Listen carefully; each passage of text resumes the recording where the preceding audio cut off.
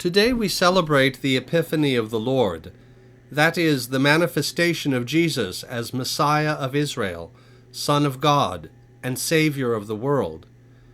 In particular, we recall the adoration of the Christ child by the Magi from the East.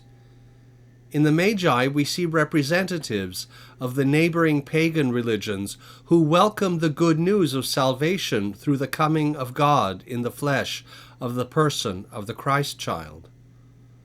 By coming to Jerusalem in order to pay homage to the newborn King of the Jews, the Magi are seeking the true and living God, and they have met him at last. Now, this spare account from St. Matthew's Gospel raises all sorts of questions and has always been a favorite subject for the Christian imagination. Still today, the Magi are sometimes referred to as the three kings, though the Gospel account does not say that they are kings. Surely this royal dignity of the Magi was suggested by the words we heard from the prophet Isaiah. "Arise, shine, for your light has come, and the glory of the Lord has risen upon you. For behold, darkness shall cover the earth, and thick darkness the peoples.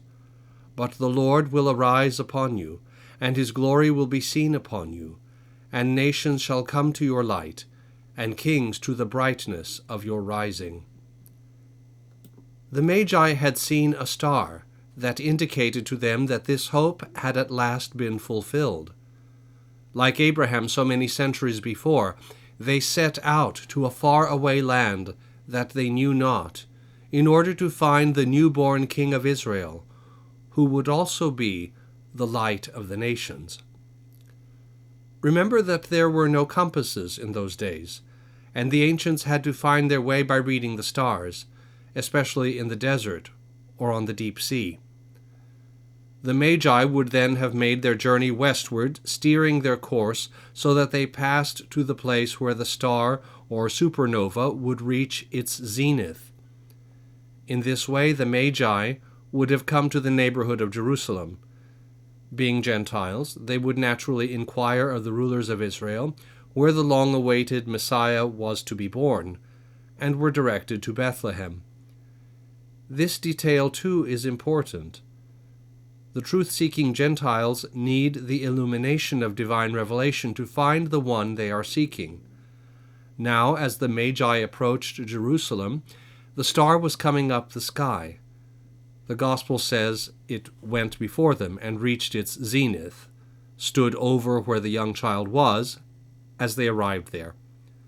When a star reaches its zenith, it gives the impression of halting there momentarily before continuing on its downward path. If we consider what we now know of the vast stretches of time that must pass before starlight reaches us, then we should indeed be awestruck by the nativity of our Savior as an event of cosmic significance. The entire universe was awaiting Christ's coming, for he is the one through whom and for whom all things were made. And now at last the Lord has come unto his own.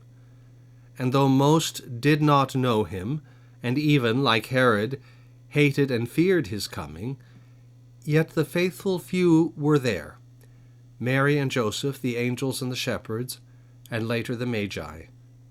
The faithful remnant of Israel and the believers among the Gentiles were there to welcome him and to bring him fitting gifts. No doubt there were many who saw the star, or conjunction, or supernova, or comet, or whatever that heavenly portent was. But it was the wise men who sought in faith the one to whom the heavenly sign was pointing, not knowing precisely what to expect, yet seeking nevertheless. No doubt for many people the star was just a curiosity, like seeing Halley's Comet. Oh, isn't that interesting? That conjunction won't happen again for another 800 years. Aren't we lucky to see that? But it was only to a few wise men, those who sought what that sign was pointing to, despite the cost and hardship of seeking the newborn king, that the truth was revealed at last. That is the Epiphany of the Lord that we celebrate, the manifestation of the coming of the Lord in human flesh. For his glory was veiled, and yet revealed to the eye of faith. Let us then lay down our gifts at the feet of the Christ child, prostrate ourselves with the Magi and the shepherds, and adore him.